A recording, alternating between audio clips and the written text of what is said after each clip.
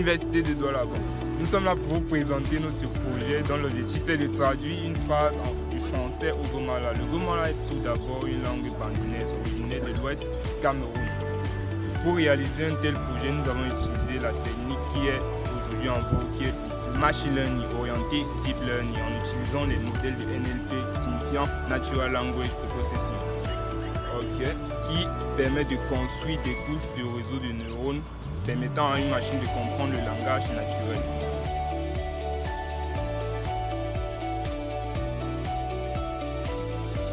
Salut, moi c'est Yann Foka, étudiant en informatique 4, master 1 à l'université de Douala, précisément faculté des sciences. La langue Gomala est une langue parlée par 500 000 Camerounais dans la région de l'Ouest du Ouest.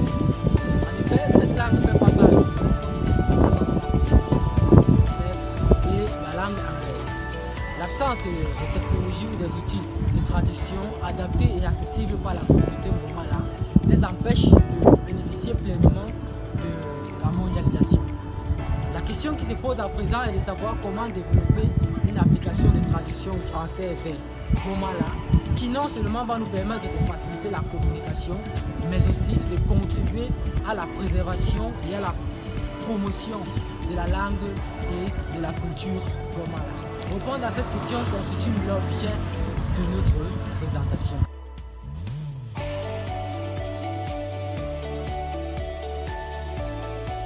Salut à tous, moi c'est Nico Bouga des Swan Kérol.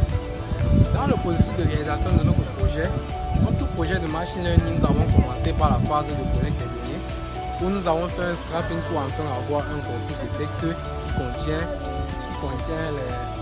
les phrases en français et d'autres côté les phrases en Gomala. Puis nous sommes allés à la phase de traitement des données où nous avons utilisé une méthode principale qui est la recompilation qui nous ont permis d'attribuer à chaque mot de notre corpus de texte un identifiant unique pour permettre à notre modèle de NLP de mieux apprendre sur nos données.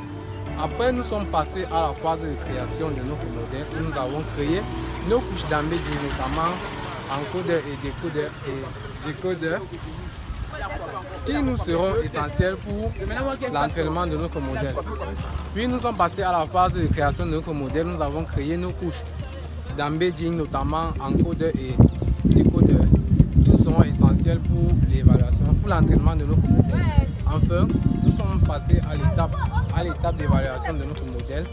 Nous avons utilisé une métrique appelée score bleu, qui est une métrique adaptée à notre modèle de NLP. Au bout de notre entraînement, nous avons obtenu un accuracy de 70%, qui montre que notre modèle prédit bien à 70%.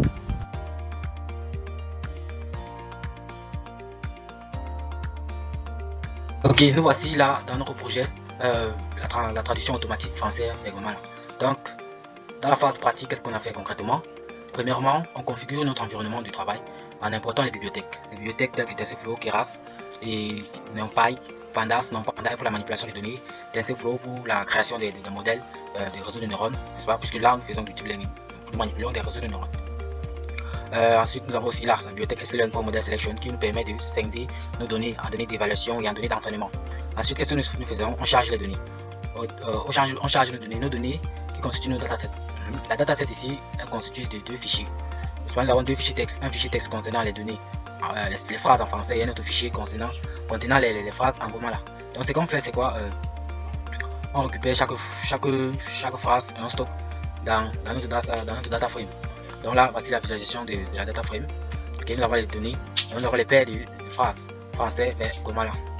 Ensuite, qu'est-ce qu'on fait? On passe au pré-traitement de ces données. On commence par créer des instances de tokenizer. Le tokenizer est là pour convertir les fichiers, est là pour convertir les phrases en séquences d'entiers. Donc, à la sortie de là, nous avons notre dictionnaire français qui contient les séquences d'entiers des différents mots. Et là, celui-ci nous permet de convertir effectivement. Là, nous avons le dictionnaire et là, nous avons les séquences d'entiers générées. Bon, pour Gomala, comme plus Gomala n'est pas la langue française, je pense, on a préféré passer l'expression régulière pour permettre, donc pour spécifier à tokenizer comment il va extraire les différents mots, dans les phrases qu'on lui passe en paramètres. Donc à la sortie de là aussi, nous avons aussi le dictionnaire concernant la langue Gomala et là nous avons les différentes séquences d'entiers du Gomala. Donc là nous prenons les différentes tailles du vocabulaire qui vont nous servir dans la création des couches d'embedding. Là, nous avons l'opération de padding à mettre les séquences sur la même longueur. Et ce qu'on a fait, c'est qu'on a pris la longueur maximale et on a mis la longueur qui était inférieure à cette longueur à la même longueur en ajoutant le 0. Bon, par la suite, qu'est-ce qu'on fait? Ça, c'est le résultat des différentes opérations de padding et d'organizer. Ensuite, nous avons la création de la couche d'embedding. Ok. Pour la création de la couche d'embedding, n'est-ce pas? On commence par définir le vecteur, la taille du vecteur d'embedding là. Puis on définit la taille, le nombre de couches qui sera utilisé dans la LSTM. Cela détermine la capacité d'apprentissage du modèle. Là, nous avons les deux couches d'embedding, la couche encodeur et la couche décodeur, qui seront utilisées dans notre modèle pour la prédiction ou la traduction. Ensuite, qu'est-ce qu'on fait? Bon, d'abord, embedding est là pour associer à chaque entier représentant un mot à un vecteur de taille que nous devons spécifier. Dans notre cas, nous avons spécifié cela à 256. Donc, après, nous avons la création du modèle. Donc, nous avons notre modèle qui est la paire en entrée, qui sont les paires d'entrée de encodeur input et décodeur input. Donc, nous avons l'output. Train, test, nous avons la subdivision des données en train et en set, donc données d'entraînement, données d'évaluation. Pour la suite, qu'est-ce qu'on fait? On entraîne le modèle. Bon, pour des soucis de ressources sur la machine, nous avons préféré entraîner le modèle sur Kaggle. Donc, nous avons obtenu le même résultat. Donc, par la suite, en entraînant le modèle, nous avons eu un score sur les données de test de combien de pourcents? De 68%, et un score pour les données d'entraînement de 69%. Ensuite, nous avons créé la fonction qui va permettre à l'utilisateur d'entrer sa phrase et avoir une prédiction. Donc là, nous avons la phrase, on récupère la phrase. Qu'est-ce qu'on fait? On commence par Tokenizer. On va utiliser le Tokenizer qu'on a déjà pré-entraîné. Enfin, pour les phrases françaises, n'est-ce pas? Là, on obtient les séquences entières, puis on met les séquences entières sur la même longueur que celle définie lors de l'entraînement. Ensuite, on passe à la prédiction grâce à predict. Après predict, on récupère les index. De chaque numéro prédit. Lorsque cela est fait, on part dans le dictionnaire. À chaque index, on récupère son mot. À chaque index prédit, on récupère le mot correspondant. Et là, on forme la phrase par concaténation et on affiche le résultat. C'était tout. Après l'entraînement de notre modèle, nous avons décidé de développer une interface graphique pour permettre aux utilisateurs de pouvoir utiliser notre modèle. Pour cela, nous avons premièrement enregistré le modèle, puis nous avons créé une API qui va nous permettre de faire communiquer notre modèle entraîné avec notre application métier que voici.